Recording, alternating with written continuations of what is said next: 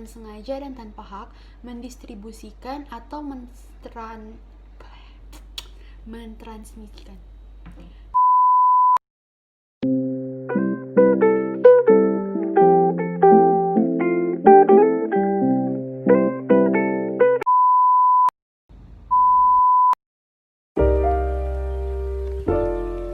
Pada kesempatan kali ini, saya mengangkat salah satu kasus yang saya ambil dari web Direktori Putusan Mahkamah Agung Republik Indonesia.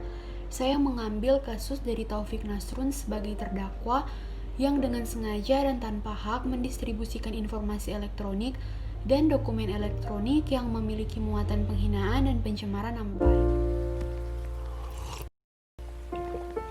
Yang bersengketa dalam kasus ini adalah terdakwa atas nama Taufik Nasrun dan korban atas nama Ridwan Bapakamba yang juga adalah seorang kepala desa. Yang melatar belakangi terjadinya kasus ini ialah kekesalan terdakwa pada korban Ridwan Bapakamba yang korban dalam hal ini adalah seorang kepala desa di tempat tinggal terdakwa, yaitu di Desa Sagu, Kecamatan Adonara, Kabupaten Flores Timur. Terdakwa merasa kesal dan kecewa pada korban karena korban selaku kepala desa tidak mau menandatangani surat penjamin untuk persyaratan mengikuti pertandingan sepak bola antar kampung. Kronologi dari kasus ini bermula pada hari Selasa, tanggal 9 Oktober tahun 2018. Taufik memposting status lewat akun Facebook miliknya yang bernama Taufik Nasrun menggunakan iPhone 5S miliknya. Ini adalah status yang diposting, dan jika diartikan adalah kepala desa sebaiknya diatur supaya diganti. Dia pikir cap desa itu adalah warisan kerajaan Adonara, jadi seenak dengkulnya saja kalau bertindak. Kita bertengkar. Dan korban mengetahui postingan dari Taufik ini dari seorang anak dari salah satu saksi kasus ini yang bernama Muhammad Al-Khaliq.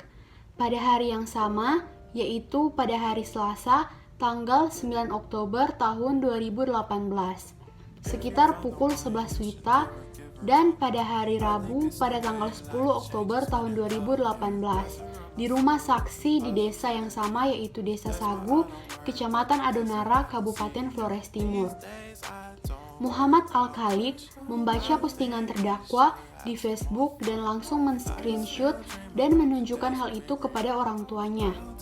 Dan setelah membaca postingan tersebut, korban Ridwan Bapakamba merasa sakit hati dan juga malu.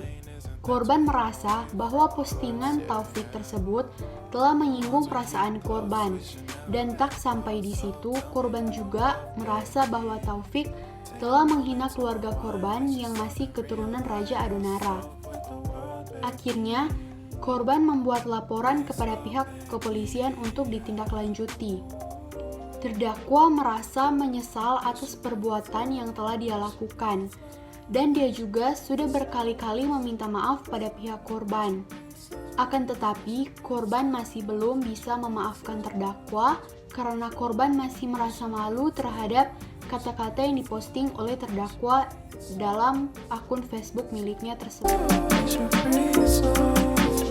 Kesimpulannya, karena perbuatan terdakwa yang dengan sengaja dan tanpa hak mendistribusikan dan atau mentransmisikan dan atau membuat dapat diaksesnya informasi elektronik yang memiliki muatan, penghinaan dan atau pencemaran nama baik yang diatur dan diancam melanggar pasal 45 ayat 3 junto pasal 27 ayat 3 Undang-Undang Nomor 19 Tahun 2016 tentang perubahan atas Undang-Undang Nomor 11 Tahun 2008 tentang informasi dan transaksi elektronik, di mana pada pasal 45 ayat 3 menyatakan bahwa setiap orang yang dengan sengaja dan tanpa hak mendistribusikan dan atau mentransmisikan dan atau membuat dapat diaksesnya informasi elektronik dan atau dokumen elektronik yang memiliki muatan penghinaan dan atau pencemaran nama baik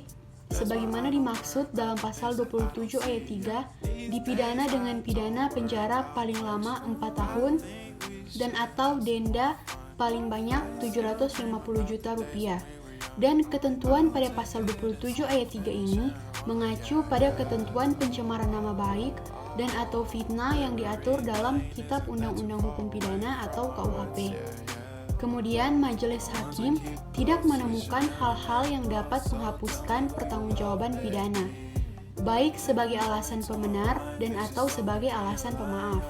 Maka terdakwa harus mempertanggungjawabkan perbuatannya, dan pada akhirnya terdakwa dijatuhkan pidana 1 bulan dan pidana tersebut tidak perlu dijalankan kecuali terpidana melakukan tindak pidana sebelum masa percobaan selama 3 bulan berakhir.